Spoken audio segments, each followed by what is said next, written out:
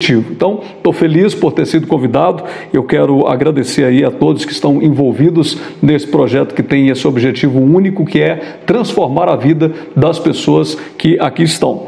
O meu nome é Alexson Gomes. Hoje eu vou falar para você de um tema que me é muito caro, muito importante, porque ele já fez diferença também na minha vida, que é o estoicismo. Agora veja só, eu não quero aqui nessa minha mensagem sobre o estoicismo adentrar a termos técnicos ou me isolar em detalhes que podem provocar debates acerca dessa corrente filosófica ou de qualquer outra corrente filosófica que possa trazer simplesmente argumentos, mas não provocações para mudança de vida. Então eu quero que você entenda que o que eu vou falar para você acerca do estoicismo é simplesmente uma conversa, um esboço de uma conversa que você levando em conta, em consideração e pensando sobre ela, pode alterar o rumo da sua vida. Não me interessa aqui a teoria fria, a letra em si, porque isso simplesmente vai levar uma série de debates e de problematização que no final das contas as pessoas não serão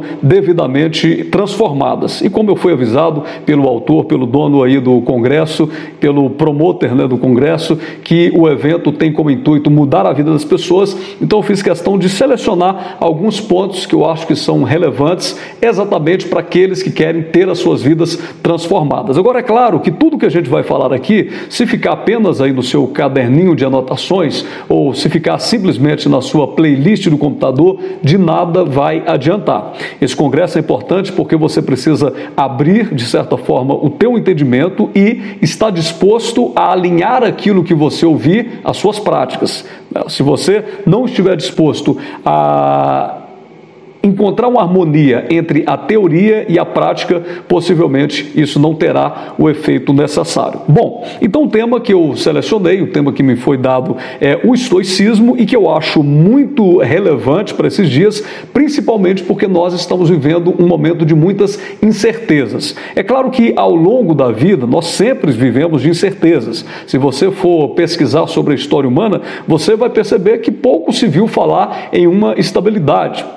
Pouco se ouviu falar que uma geração inteira viveu de paz, sem conflitos, sem problemas, sem derramamento de sangue, sem questionamentos. Isso não existe, porque está na nossa alma, na nossa concepção humana, essa questão do conflito, do debate, da paz interior que a gente precisa buscar constantemente, da necessidade de provocação, de embates. Então, a história humana é assim, cheia de conflitos e cheia de incertezas. A vida, ela não nos dá um modelo estático. A vida está sempre nos apresentando, não modelos, mas nos apresentando alternativas dinâmicas. E o estoicismo, ele vai dar algumas pinceladas para você em alguns assuntos que podem fazer com que você entenda o dinamismo da vida e, de certa forma, encontre uma harmonia para viver em paz. Então, veja só. Eu não venho trazer aqui nessa minha conversa com você um modelo pronto, porque se eu te apresento um modelo pronto, provavelmente eu vou te roubar a capacidade de pensar por si mesmo. Eu vou sequestrar de você a capacidade que você tem de fazer as suas próprias escolhas e dentro das suas próprias escolhas, escolher ou decidir por aquilo que vai te trazer satisfação pessoal. Então não quero te apresentar um modelo definitivo, porque a vida não permite isso. Como eu disse, ela não é pronta, ela está sempre oferecendo desafios e a vida é extremamente dinâmica, de modo que não se tem certezas. O que a gente tem pela frente são desafios, a gente tem uma liberdade e precisamos de uma capacidade grande de nos amoldar diante de tudo isso. Então veja só, o estoicismo é importante nesse momento. O estoicismo, só para você, de modo geral, ter uma ideia do que se trata, é uma tradição filosófica, é uma concepção filosófica que prega uma ética da busca da vida boa ou da felicidade. Tinha um termo muito interessante, utilizado no estoicismo e também em outra corrente filosófica do período do helenismo, que é ataraxia. O que significa ataraxia? É a imperturbabilidade da alma, ou seja, quando alguém está vivendo em ataraxia, é que ele já encontrou uma capacidade de se manter em serenidade diante de circunstâncias completamente instáveis. Isso é a imperturbabilidade, essa capacidade de permanecer com tranquilidade interior, mesmo quando tudo à volta está exigindo de você exatamente o oposto. É o que a gente está vivendo hoje. Você olha para o lado, incertezas, problemas, a gente não sabe o que pode acontecer, pandemias, o cerco fechando para muita gente, uma previsão econômica muito ruim, a tendência é que nos próximos anos a gente vai entrar numa espécie de recessão, desemprego, tudo aponta para uma calamidade. Agora, a ataraxia, ela te permite permanecer-se no meio disso com a sua alma imperturbável, ou seja, isso era chamado pelos estoicos então de ataraxia, que é essa espécie de calmaria interior em meio ao caos. Essa corrente filosófica, estoicismo, ela também busca apresentar não simplesmente teorias para a vida, mas apresentar conceitos que podem ser aplicados na prática. É por isso que eu gosto muito do estoicismo, porque ele não é uma teoria que você vai estudar para fazer uma avaliação, você vai estudar para fazer uma prova do Enem. O estoicismo, ele apresenta conteúdos que você vai ouvir, ler, perceber, para você chegar a um desenvolvimento pessoal. Ou seja, o estoicismo provoca e propõe uma prática para a vida boa. Como você pode, diante de tudo isso que está vivendo, você pode experimentar essa vida boa? É isso que o estoicismo define para você. E o que acontece? Diante de tudo isso, o estoicismo então prega que esse ser que alcançou a ataraxia ou a vida boa é esse ser que consegue se sintonizar com o fluxo dos acontecimentos. Ele não fica perturbado com aquilo que está à sua volta, ele não fica abalado com a adversidade. Ao contrário, ele aprende a enfrentar a adversidade em calmaria interior. E o estoicismo basicamente se divide em 3 períodos. Eu não vou aprofundar em cada período, mas apenas a caráter de informação, caso depois você queira estudar um pouco mais sobre isso. Esses 3 períodos são o período do estoicismo antigo, o estoicismo médio e o estoicismo mais recente, que é o romano. O estoicismo antigo, e aqui eu estou falando de 3 a 5 séculos antes de Cristo, basicamente se dá na sua fundação. É quando o Zenão de Sítio, em Atenas, começou a propor essas teorias estoicas. Após passar por uma série de dificuldades, ele começa a condensar tudo aquilo que ele havia aprendido na prática e também todo o bojo do seu conhecimento e construir essa teoria nova. Aqui nós temos um estoicismo que não é tão conhecido assim, que é o primeiro, o antigo, a raiz. Depois a gente tem o estoicismo médio, que é uma fase também pouco comentada aí na história, e por fim o estoicismo romano, que é o mais conhecido aí por todos nós. Inclusive hoje se fala muito sobre esse estoicismo e eu quero também pautar a minha conversa com você a partir de alguns tópicos desses estoicos. O estoicismo romano, agora já estamos falando de uma era mais recente, ele tem alguns nomes que se destacam, como por exemplo Sêneca, filósofo Sêneca, que nos trouxe muito conhecimento acerca de como lidar com a ira, com a raiva, com a tranquilidade da alma, com a brevidade da vida. São temas que você pode pesquisar depois. E Sêneca foi um dos tutores, dos mentores de um imperador que foi muito perverso na história, que foi o imperador Nero. Vocês conhecem bem a história desse imperador que tem a fama de ter ateado fogo em Roma e culpado os cristãos por isso. E a história de Nero, ela se passa em uma completa catástrofe, né? Porque ele é envolvido o tempo todo com pensamentos de conspiração, de modo que ele acaba, no final das contas, pedindo ou coagindo o seu próprio mentor, o Sêneca, ao suicídio. O Sêneca se matou, né? Mas pelo constrangimento, pela forçação, ou até pela condenação do imperador Nero, que anteriormente era o seu discípulo. Então, Sêneca é um dos nomes na história que viveu em meio a essa calamidade, porque ele conviveu com Nero, ele conviveu no poder e conviveu com o povo. Ele conhecia os caminhos da pobreza, da riqueza, da ira, da tranquilidade, do santo e dos demônios, vamos dizer assim. Nem utilizando esses termos, mas para que você possa entender. Ele sabia viver entre o bem e o mal, ele trafegava por esses caminhos. Depois nós temos ainda no estoicismo o Epicteto e um imperador chamado Marco Aurélio. Esses dois, que eu citei por último, é interessante porque o Epicteto, ele era um escravo que se transformou em filósofo, né? Simplesmente ele não deixou as grades da prisão, os chicotes ou a persuasão dos seus donos tirarem a sua possibilidade de pensar e de usufruir de uma paz interior. E nós temos no outro lado da linha o Marco Aurélio, que era também um imperador. Nós podemos dizer que ele era um dos bons imperadores, porque o Marco Aurélio trazia para a sua política, para as pessoas, muitos conhecimentos e muitos conselhos que são práticos, né?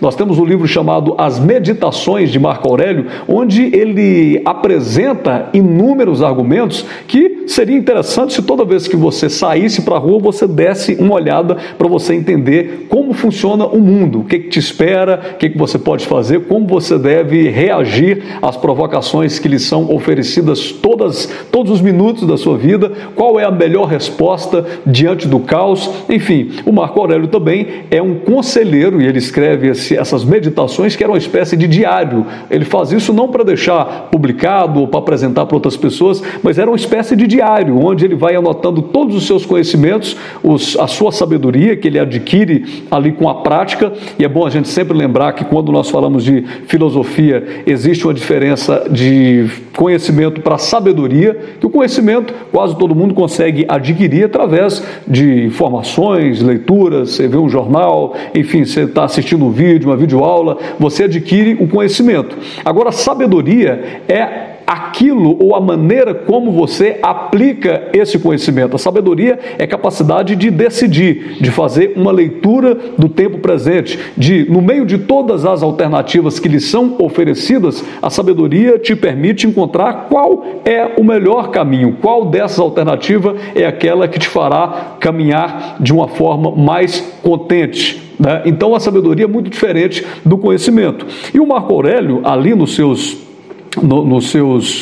diário, né, chamado de As Confissões de Marco Aurélio, ele apresenta vários argumentos assim. E a gente vai falar sobre tudo, de certa forma, aqui nesse nosso vídeo. Claro que eu não vou aprofundar em cada um para não ficar uma conversa muito didática, para não ficar uma conversa muito baseada nas teorias, porque eu acredito que isso não interessa para você. Bom, então voltando lá no termo principal do estoicismo, que é a ataraxia, a capacidade de você se manter totalmente imperturbável diante de uma tempestade.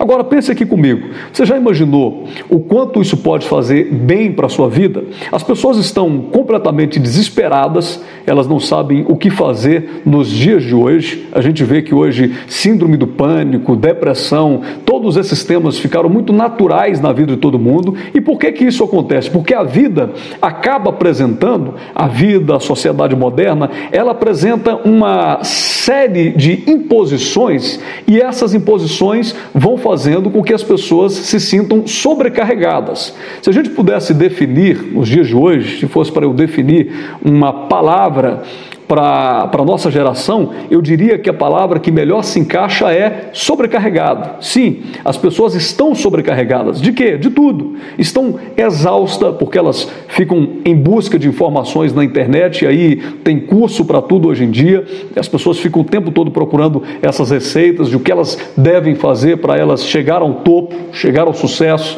Em outros casos, muitas pessoas vivem em busca até de manuais, porque acreditam que se tiver um manual de como fazer tudo na sua vida, você acaba sendo uma pessoa que vai encontrar um modelo perfeito. Outras pessoas se deixam levar por promessas de políticos, por promessas de alegria eterna, por promessas de vida eterna e tudo que você encontrar nessa caminhada. Então, o resultado disso é que nós estamos diante de uma geração totalmente sobrecarregada. É por isso que lá no trânsito, o cara está ali dirigindo, de repente fecha o sinal, vem uma outra pessoa com uma certa velocidade, daqui a pouquinho eles começam uma discussão, quando vê, a pessoa já está sacando a arma e já está fazendo uma besteira na sua vida. Toda hora isso acontece, até arrepende depois. Nos relacionamentos, da mesma forma, já não se aguenta quase nada, a pessoa conversa e aí aquela palavra não pegou bem, ela já fica muito perturbada, e já quer largar tudo, já quer abandonar, já quer chutar o balde e vai embora. Outras pessoas constroem uma carreira de sucesso,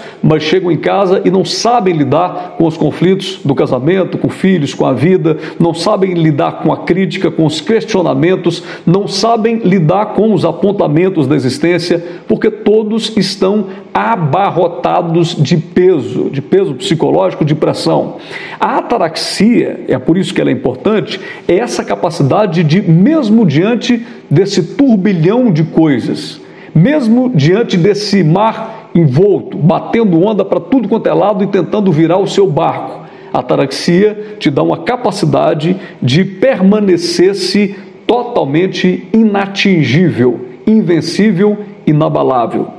É isso que fazia dos filósofos como o Epicteto, que eu acabei de citar, um homem acima, ou um homem com um desenvolvimento pessoal, uma evolução muito grande, maior do que a evolução dos seus contemporâneos. Porque mesmo ele estando preso e convivendo em uma situação de escravidão, que talvez não era a mesma que você conhece como nos dias de hoje, mas essas limitações que aconteciam, elas não faziam ele perder a sua paz interior. Elas não faziam ele se perder ou perder a sua identidade. Ele tinha raiz em si mesmo.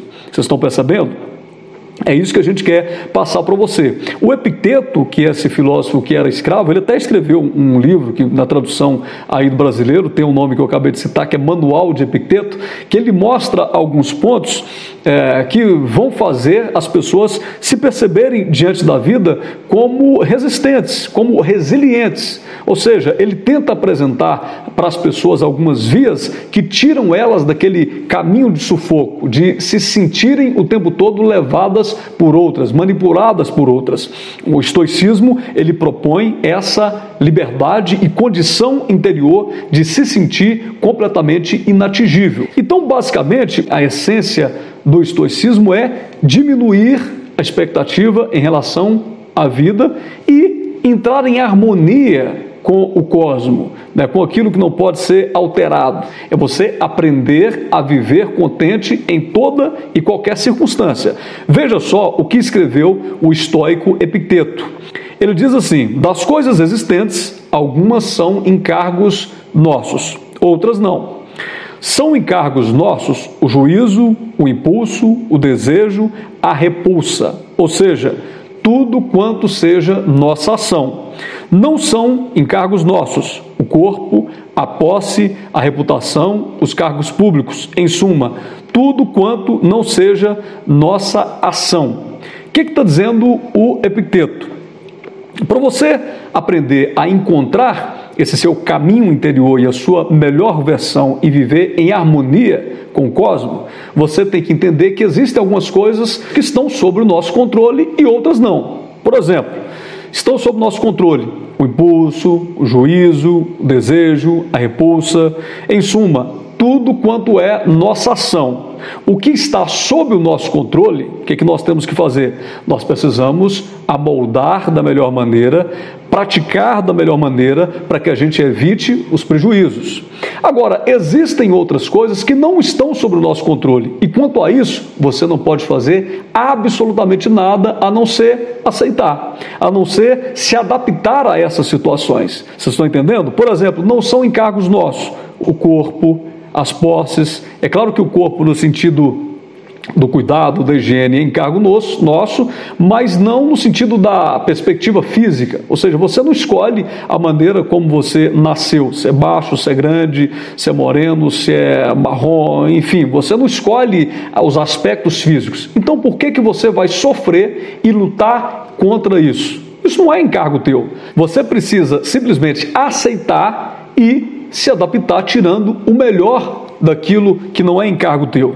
Da mesma forma, a reputação, as posses, o que você pode fazer é aquilo que está sob o teu controle, mas não adianta você gastar a sua energia com algo que você não pode controlar. O que vai acontecer na economia no amanhã? Aí você começa a perder o seu sono. A partir de hoje você não dorme mais, preocupado porque daqui a 40 dias nós vamos entrar numa recessão, você pode perder o seu emprego, você pode ficar sem dinheiro, aí você não dorme. Nada disso é encargo teu. O que você pode fazer e é encargo teu? É se cuidar. Você tem que se prevenir. O que você está fazendo hoje, nesse momento, estudando, aprendendo, interagindo, tirando proveito das oportunidades que lhe são apresentadas. Tudo isso, sim, é tua ação, te compete fazer, é encargo teu, está correto. Agora, aquilo que vai acontecer no dia de amanhã foge absurdamente do seu controle e você não pode gastar nem sequer um mínimo da tua atenção tentando resolver isso ou se preocupando com isso. Vocês estão percebendo o que o estoicismo propõe?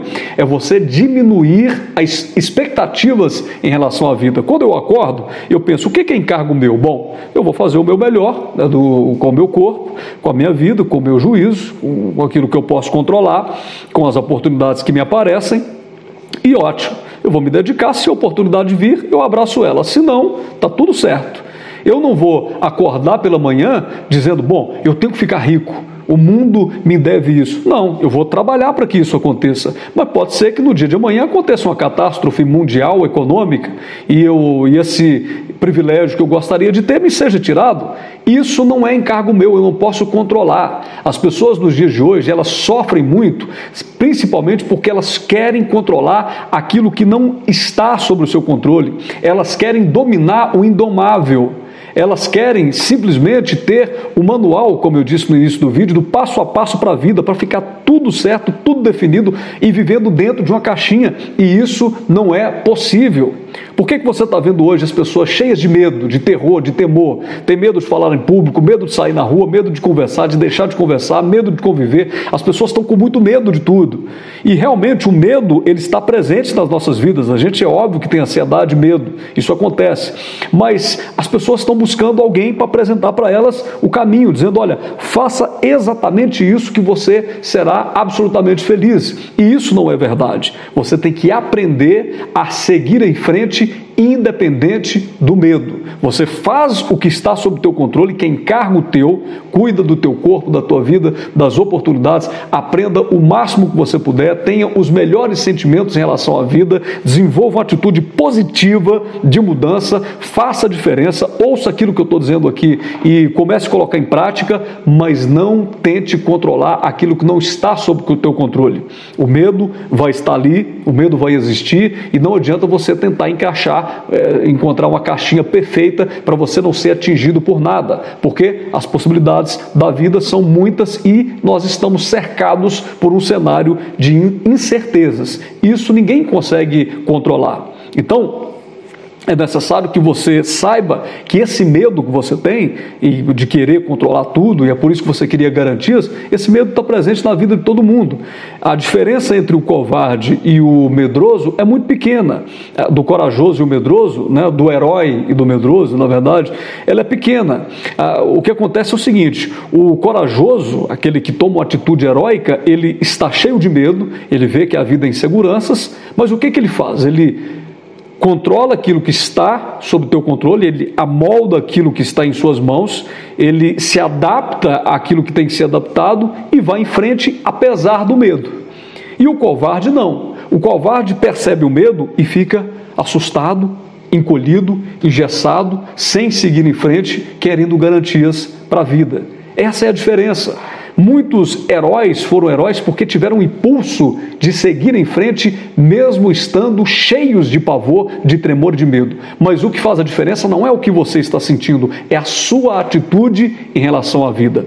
Vocês estão percebendo? É isso que eu quero que você, que está aí do outro lado, entenda nesse momento, nessa nossa conversa. Se você quiser controlar tudo, se você quiser garantias, você vai entrar em síndrome do pânico, com muita ansiedade, vai perder o seu sono, porque nós não temos garantia. Como diz o Epicteto, existem algumas coisas que não são encargos nossos. Tem coisas, a reputação, por exemplo, o que você faz para ter uma boa reputação, sim, mas o controle da percepção das pessoas em relação a você, você não vai controlar isso nunca. Não tem como você controlar o que as pessoas estão pensando de você, por melhor que seja as suas ações diante da vida, por mais caridoso, honesto e bom que você seja. Não dá para controlar o que os outros pensam. Você vai perder energia com isso. E você está com medo de colocar o seu projeto, apresentar o seu projeto, porque as pessoas vão falar de você. E você queria garantir que elas não falassem. Mas isso não é encargo teu. Você está sujeito a falar e as pessoas te criticarem. E daí? Qual que é o problema disso? Então, O herói é aquele que segue adiante, mesmo sabendo que o medo está ali. Se você for ver os grandes palestrantes, todas as vezes que eles subiram no palco, eles tinham medo. Agora, com o passar do tempo, você vai praticando, o medo vai ficando cada vez mais menor. Ele vai minguando, diminuindo, a coragem vai tomando ar. Daqui a pouquinho você já está fazendo naturalmente e o medo, ele cada vez mais ficou camuflado, escondido, sabotado. Você tem que aprender a sabotar o medo, apresentando a sua coragem. Então, um dos conceitos principais do estoicismo que o nosso querido Epicteto nos mostra é: aprenda que o que acaba com a vida das pessoas não é a coisa em si, mas é a opinião que a gente tem da coisa. Ou seja, o que nos faz sofrer não são os acontecimentos em si. O que nos faz sofrer são as fantasias que nós temos em relação aos acontecimentos. O que vai ser no dia de amanhã? O que vai acontecer se eu falar? O que a pessoa que está do outro lado vai pensar de mim? Eu não consigo controlar.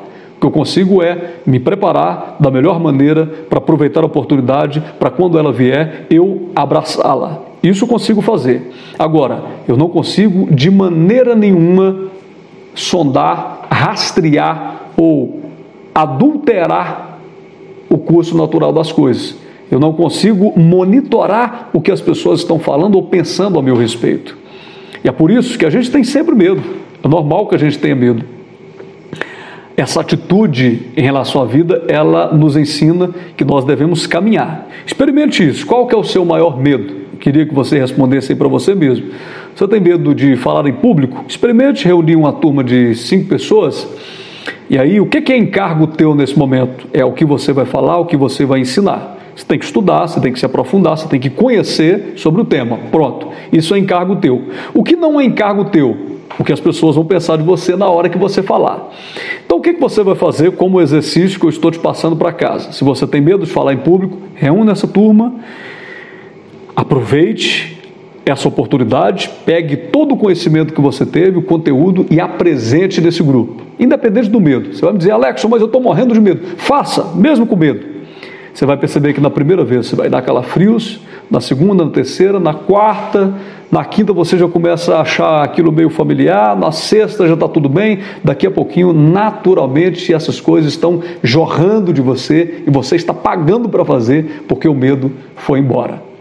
Então, pessoal, continuando aqui, esse é um dos conceitos do estoicismo, você diminuir as expectativas em relação à vida. Tem coisas que não estão sobre o nosso controle. Muitas coisas não estão sobre os meus encargos, né? E quando eu diminuo a expectativa, eu não estou esperando nada de ninguém, eu saio pela manhã e aí o trânsito está muito complicado, eu já não estou esperando que o trânsito vai se alterar simplesmente porque eu vou sair, não. Eu já saio com a condição interior dizendo: bom, que eu tenho que me preparar. O mundo é como ele é. O mundo não vai mudar, as coisas são como elas são.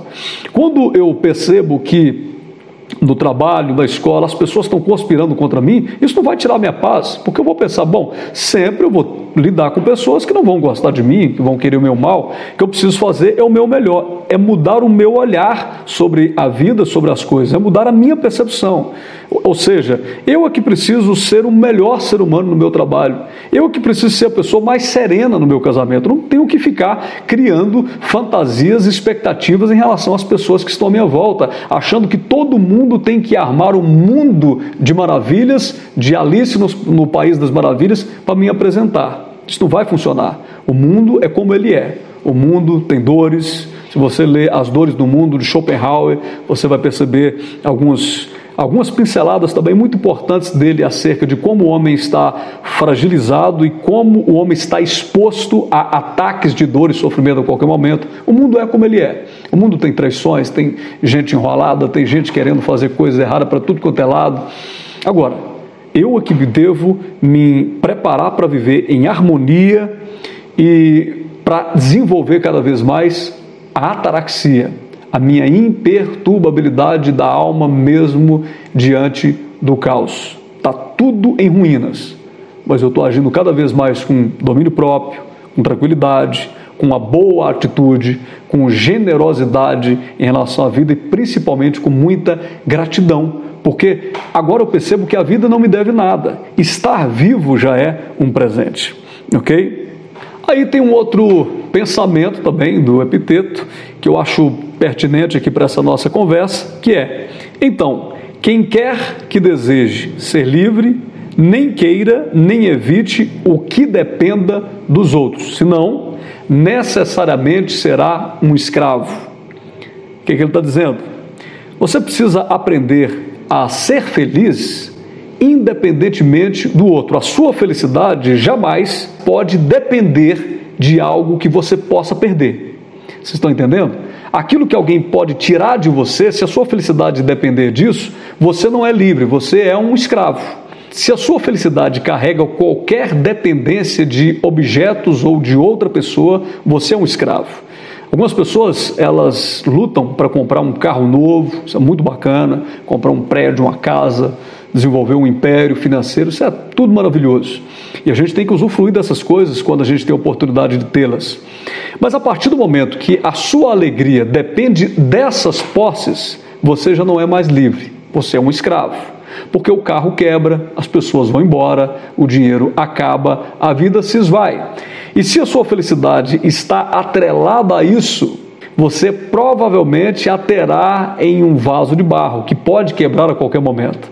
Então o Epiteto diz: quem quer que deseja ser livre e desenvolver essa capacidade de não se alterar interiormente diante das circunstâncias, não pode depender do outro. Claro que isso aqui não quer dizer que você não possa ter uma pessoa do teu lado para ser feliz, ter coisas, tudo isso é bacana.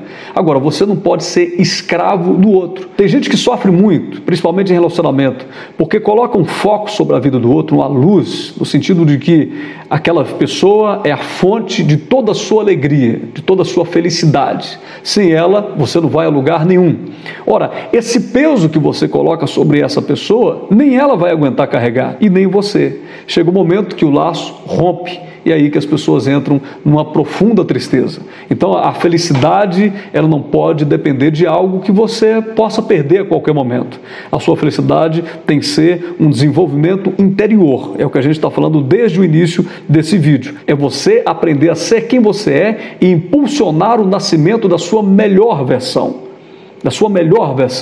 É você saber que quando você está sozinho também, você está em boa companhia. E isso sempre diminuindo a expectativa em relação a tudo. Sabendo que quem precisa se amoldar, quem precisa estar em harmonia é você.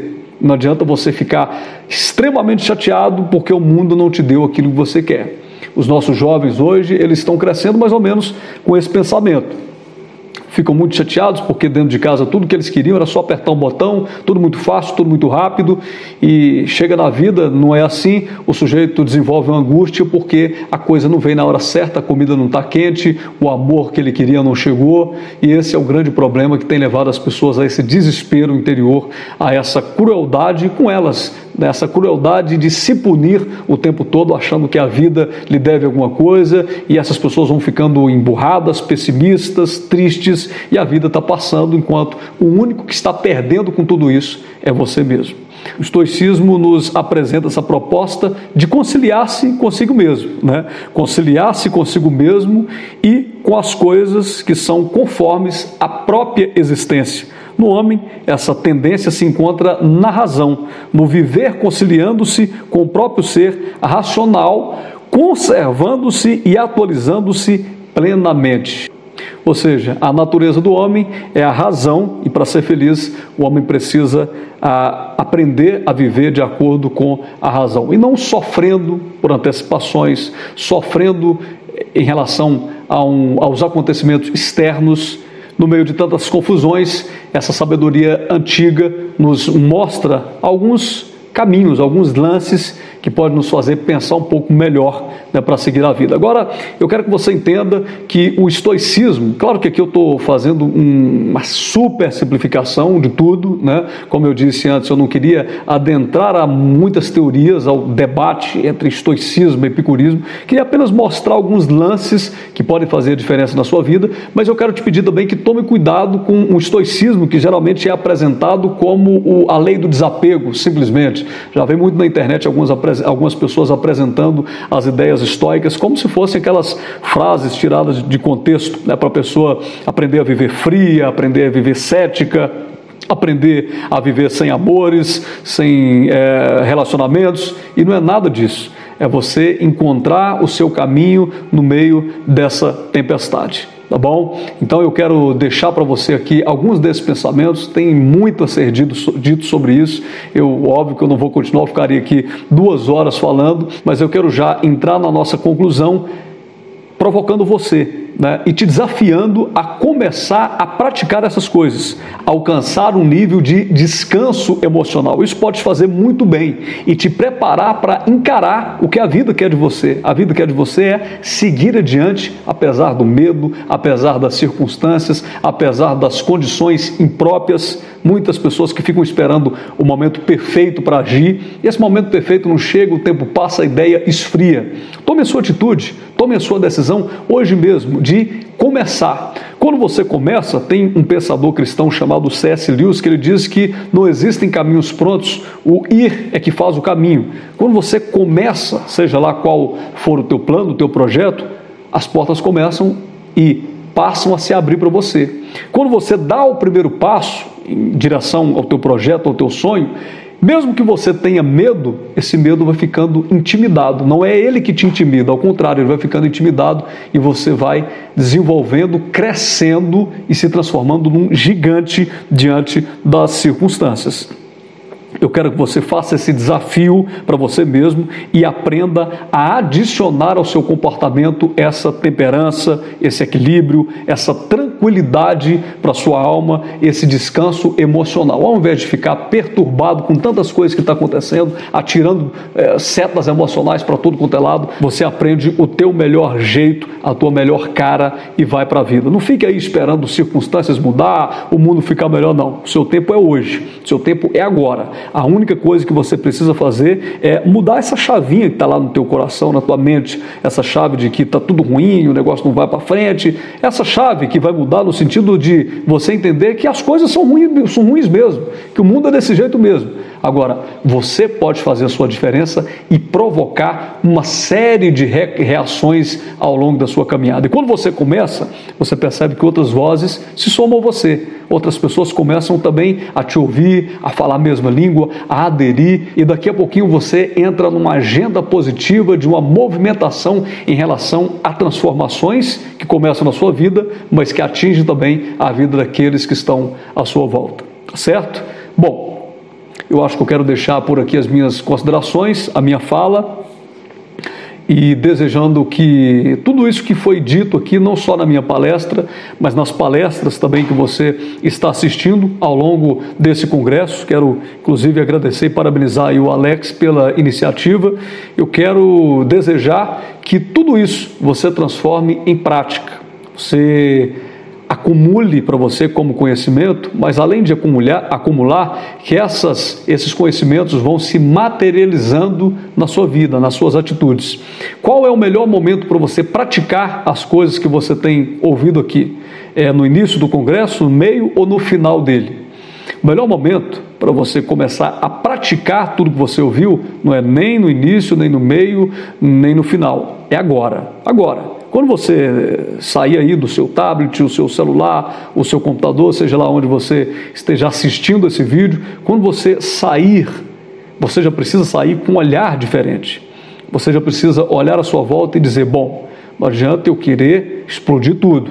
Eu preciso mudar a minha percepção. Você está num lar muito barulhento, muito confuso, você está cercado de pessoas que você julga que são pessoas más, comece a ser uma pessoa boa. Isso é encargo seu.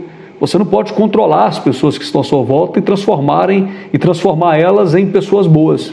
Mas você pode se controlar e se transformar numa pessoa melhor para a vida. Isso sim é encargo teu. E isso é contagiante. Então tome essa atitude assim que você sair daqui, para você se transformar em uma potência diante da existência. E tenho certeza que nada vai te parar, nada vai te deter. E você vai perceber que as crises, os problemas, as tempestades, tudo isso pode atiçar em nós o pior de nós ou potencializar aquilo que há de melhor dentro de nós para fazer o bem. O Sócrates foi um filósofo que viveu muito tempo antes de Cristo. Ele dizia que era necessário você se engravidar do conhecimento, depois você dar à luz. Esse era o processo que ele utilizava para se referir ao entendimento, ao conhecimento. Ou seja, eu quero que você se engravide desse conhecimento e dessa ideia e que ela comece a ser gerada dentro de você. Ela comece a ganhar vida dentro de você, nos seus conhecimentos, e isso faça você, a partir de agora, ter uma nova caminhada, uma nova vida. Bom, agradeço a você que ficou até agora assistindo esse vídeo e vou te pedir que, se você se interessar em mais conteúdos parecidos com esse que você viu, pode pesquisar o meu canal lá no YouTube, Alexson Gomes, Alequison, Alexson Gomes. Tem muita coisa lá sobre o estoicismo, tá bom? Um abraço para você, tchau, tchau, bons conhecimentos.